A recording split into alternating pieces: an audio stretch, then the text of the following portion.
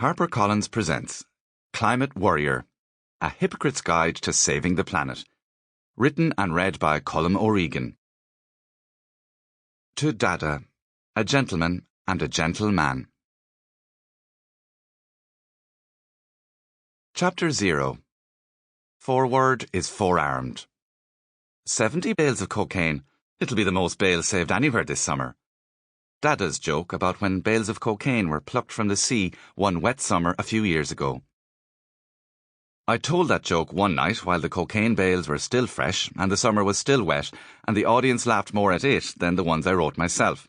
Dada was in the audience and he was fierce chuffed. Every so often, Dada could turn out a well-crafted line with the best of them, if you pretend I'm the best of them. He's a big part of the reason I'm writing this book.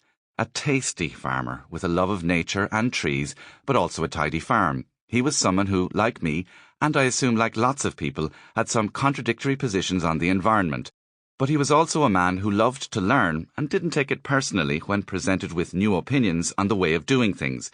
I want to be more like him as I grow up, a bit more useful. So, what's all this about? This book is my attempt to get a handle on how I, a hypocrite, can help. Me with my inconsistent views, carbon coming out of every orifice, a Western consumer with expectations of how life should go that exceed what the planet is able for, and a fella who's not naturally good with conflict and campaigning and generally growing a pair. How do I do my bit? As a born worrier who has been wallowing in the bad news about nature and the climate over the past decade, I can't unknow the depressing stuff I've read and heard.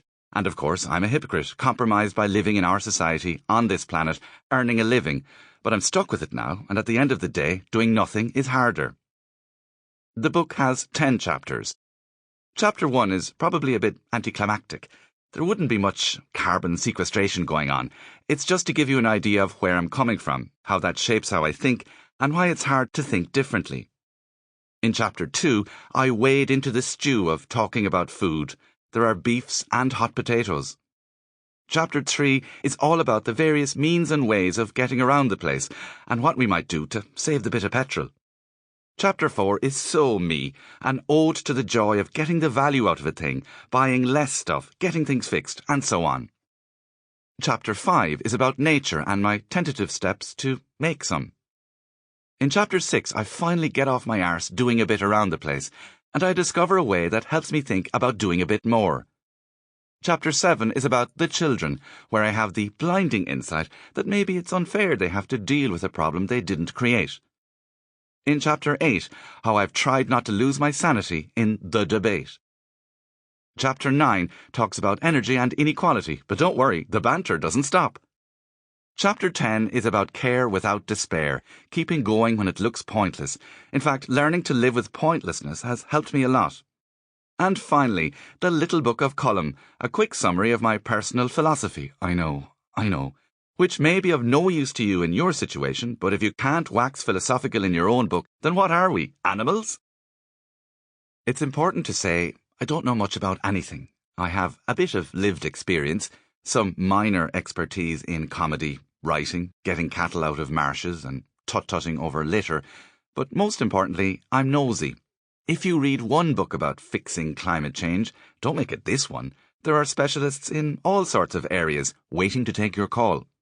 I won't be telling you how to make your own newt-friendly bleach, or how to make it as hard as possible for the forces of disaster capitalism to throw you out of the foyer of a fossil fuel underwriting insurance company. If you're looking for that, I may be a disappointment to you. But there has to be room for the hypocrites to do a bit, to grow into the role of being part of the solution, even if at the start it's just making tea for the rescuers.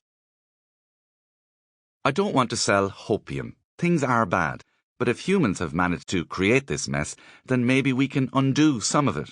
Me composting won't amount to a rotting hill of beans, but maybe if we're all talking and sharing ideas about where we can start, we can play our individual parts.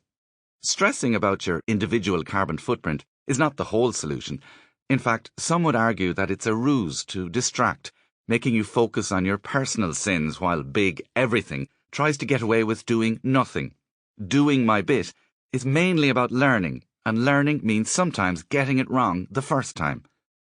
I want you to smirk. Sample complete. Ready to continue?